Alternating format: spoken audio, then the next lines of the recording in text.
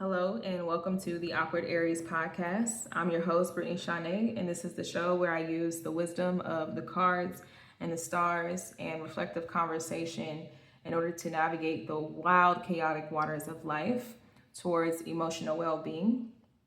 This episode is a reading for my fellow Aries. We are approaching the end of Aries season, and so I didn't want the season to go by without doing a reading for us. I'm March 25th. Shout out to all the other Aries out there. Let me know your birthday in the comments. And let me know how this year has been going for you all. Aries is the start of the new zodiacal year. It is nature's new year. It's when spring emerges. It's when new life is forming. It's when we're shaking off the old and ushering in the new, preparing ourselves for newness and for the coming year. And while it may feel like this year is already rushing by as it is approaching the end of April, it's important to stop, smell the roses, touch some grass, get hydrated, drink some water, maybe dunk yourself into a body of water. It's the season, although I know it might still be cold for some of you. But take every opportunity you can to get in touch with nature because that's what spring season is all about. A few notable astrological events that have been upon us and are coming soon. March 29th, we had the super new moon in Aries. So big feelings, big newness. For those of us who've been doing the work, that means probably some confidence, some new confidence is finding you. New chapters into your life, which means there's probably some sloughing off of the old. And maybe the reading will get into that. We'll see. That was happening at the same time as a solar eclipse, so heightened intensity there. April 6th, we came across a Mercury retrograde ending, which started March 14th.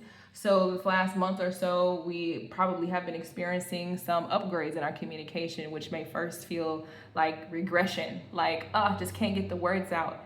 That Mercury retrograde was in Pisces. Now, Pisces is very much a water element. It is emotional communication. It's poetic. It's creative, it's ethereal, it's dreamlike. Oftentimes based in fantasy over reality, right? Which is nothing wrong with that because that means that we get to play with the imaginative side of our intuition, the side that's grounded in creativity and creating something out of nothing. Please pardon the noise. So creating something out of nothing and taking the wisdom of all of the zodiac, of all of the archetypes, and essentially leveling up from there. So if we look at each zodiac as a chapter in a story or within a series, that is one book. And then once we come upon Pisces, we've taken the wisdom of everything we've gathered from the beginning part of the story. And in a way, it sort of wraps itself up when it comes to Pisces. So some of us may have achieved some communication milestones, some idea milestones, some creativity milestones, and we're ushering into a new chapter with this spring season that's upon us or that has already arrived. And then here we are in the middle of a micro pink moon. Micro because the moon is furthest away from us. It's in one of the furthest distances away from the earth currently. That's happening April 12th and April 13th. And that will be in Libra, right? So full moons are always in the opposite of where the sun is. And so since the sun is still in Aries, the moon is currently in Libra. There's a balancing act that's coming here. We're bringing balance into our emotions, into the things that we're feeling as we're moving along, and many of us are transcending, right, in understanding our needs a bit better on an emotional level. It requires us to have some balance, whereas some of us may have been very social, some of us are starting to move back, where some of us were a bit more introverted and isolated. Maybe we're being called to step forward and to let our light shine in more social settings. And that can be a lot to reckon with because there are old things we're leaving behind in the past. And it's very difficult to leave the past behind depending on our relationship with it. And so without further ado, we're just going to check in with Aries. So this reading is for you if your sun, your moon, your rising, and your north node are in Aries. If you're not really sure about what placements you have, if you have Aries as a north node or a sun, some of you probably know your sun but don't necessarily know your rising. If you need to know, I will put a link in the description of some sites that I go to read my chart. Some that have been helpful for me for a while. And that's not sponsored, that's just my personal preference sites. But also drop in the comments if you're also an astrology enthusiast and you know some good places to where we can, check out our charts. Maybe they have more details. A lot of sites have more details than others, but I'm going to stop yammering now and go ahead and get to the reading. So, setting the intention here of what's happening for us now with this new season, with this new year. What newness is coming our way? Five of Swords. So this is having to do with the faculties of the mind. The Five of Swords, this is someone who is perhaps having a difficult time with new ideas, with the change that comes with moving into a new season. A lot of times we will ask for change, but we're not always prepared for what that means to the mental, the psychological work, the mindset work that comes with change. We have to prepare ourselves for the things that we want, and in order to be able to hold on to those things, not just attract it, right? Because we can have a great deal of willpower to attract something into our lives, but until our mindset is aligned with the frequency that it takes for us to maintain the thing that we want, then, we might experience this cycle of attracting something into our lives, only then to repel it or not be able to hold it or withstand it because we don't have the beliefs to maintain. We don't have the mental faculties or the psychological fortitude in order for us to handle the gifts that have emerged from us or the blessings that have come into our life. So that's important.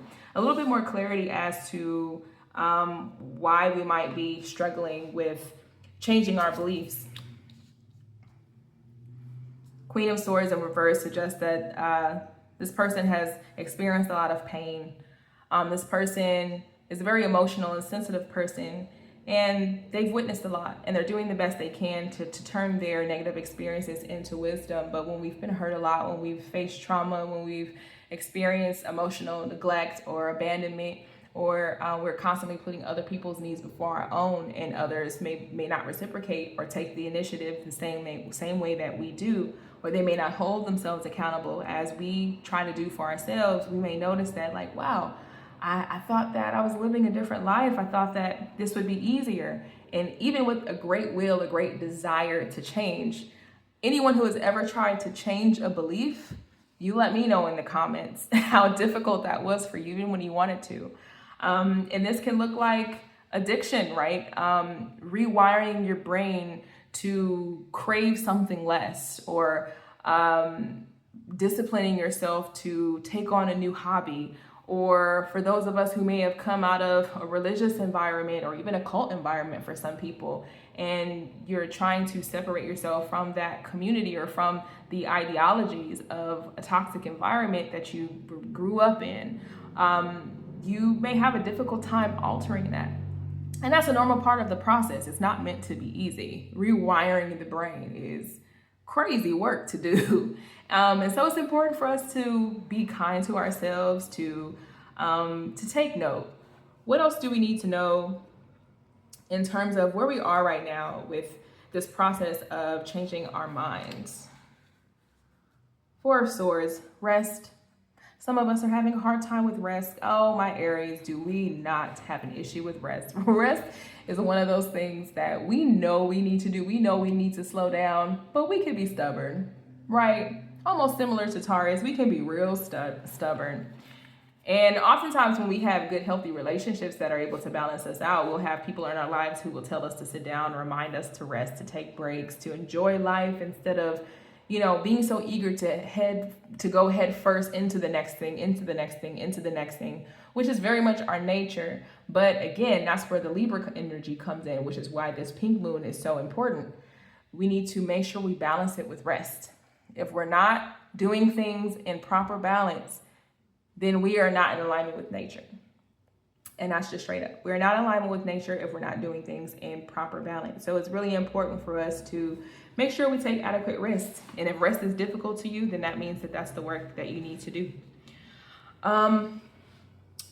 Let's see. I feel like the question that's coming up now is, what is our desire, right now in this season, at the tail end of this Aries season?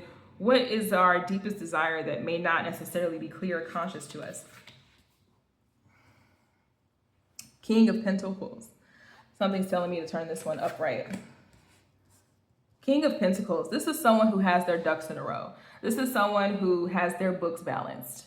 I know that's probably me giving away my age. I don't even know if people say balance their books anymore, if you're not a business anyway. Do people even have checkbooks? Anyway, I digress. So this is somebody who has structure in their lives. This is someone who saves their money. This is someone who makes sure they wake up in the morning and they check their accounts. They pay their bills on time. This is someone who has a organized home. They know where things go. Everything has a place. This is someone who, if you have a business, if you're an entrepreneur, your employees are taken care of. Again, your books are balanced. Your articles of organization are properly filed. All of the things that you need in order to adequately run your business is accessible to you in a way. There's a easeful streamline of work that's happening for you. And Aries wants this, right? But some of us may be having a really difficult time getting to this because we're not taking the risk. We're overthinking our process, and there's a lot of change happening, and so that's natural. Especially if you're neurodivergent like myself, it can be really easy to fall into rumination, to start dwelling on the past, picking out the patterns from the past and going, okay, I don't want to misstep. I don't want to do this wrong. I don't want to, get this. I don't want to not be perfect, because if I'm not perfect, then that means that I'm failing. That's a belief. That's a belief that probably needs changing. That's a thought process that's probably making this forward movement so difficult. When maybe the opportunity here is not to keep pushing, but to remind ourselves that maybe I get to allow the work I've already done up until this point support me, so that I can take adequate rest, so that I can have the energy to sustain myself as I move along this journey. Just maybe. Right? Just maybe I can relax a moment. Maybe I can trust the universe, trust God, trust source, trust spirit, whatever you want to call it. Trust myself to know that I am taken care of, that there's nothing that I have to worry about, that I get to relax, that I've already done the work, that if I've really, really, really, truly been doing the work up until this point, that it's okay to take a step back. It's okay to rest. It's okay to relax. Right? And we can still use the wisdom that we've got from our past, right? And we can still feel into those feelings. Let those feelings continue to be a teacher to us, whether if it's anger, right? If those waters get a little rocky, we know that anger is meant to show us something that we're not satisfied with. Sadness is meant to show us something that we're perhaps grieving or getting ready to let go and also not satisfied with, right? When we give our minds a chance to rest and just trust the process, trust ourselves, trust that we know what we're doing, trust that whatever happens is meant to be, because we're putting in the work and understanding that a part of the work is also taking rest, so we can let the work we've been doing work for us. That's the message that's coming through for me right now. It's all about balance. You have to find out what your balance is. Everyone's a little bit different, okay? So now I'm going to pull from the Amenti Oracle deck here. And I love this deck because it's based on the 42 ideals of Ma'at. The artwork is by Jennifer Sedini. I love the artwork here. Even though they primarily use women in the art, I think that this message could literally be for anyone. You have to remember that a lot of this is symbolism. My cards are a little stiff. Have any of my other readers ever run into that, where there are some cardstocks that no matter what, they always stay a little stiff, especially if you take really good care of them. They never fully bend. It also could just be because I can be pretty rigid too when I shuffle. Okay, so this is the advice in order for us to better fit rest into our lives so that we can be able to express and embody the King of Pentacles. I praise the goddess and the god. I praise the goddess and the god. I praise the goddess and the god. So I'm going to read from the page here. Oh, sorry about that. Actually had a bookmark in here. from a previous reading. So let's see. I praise the goddess and the god.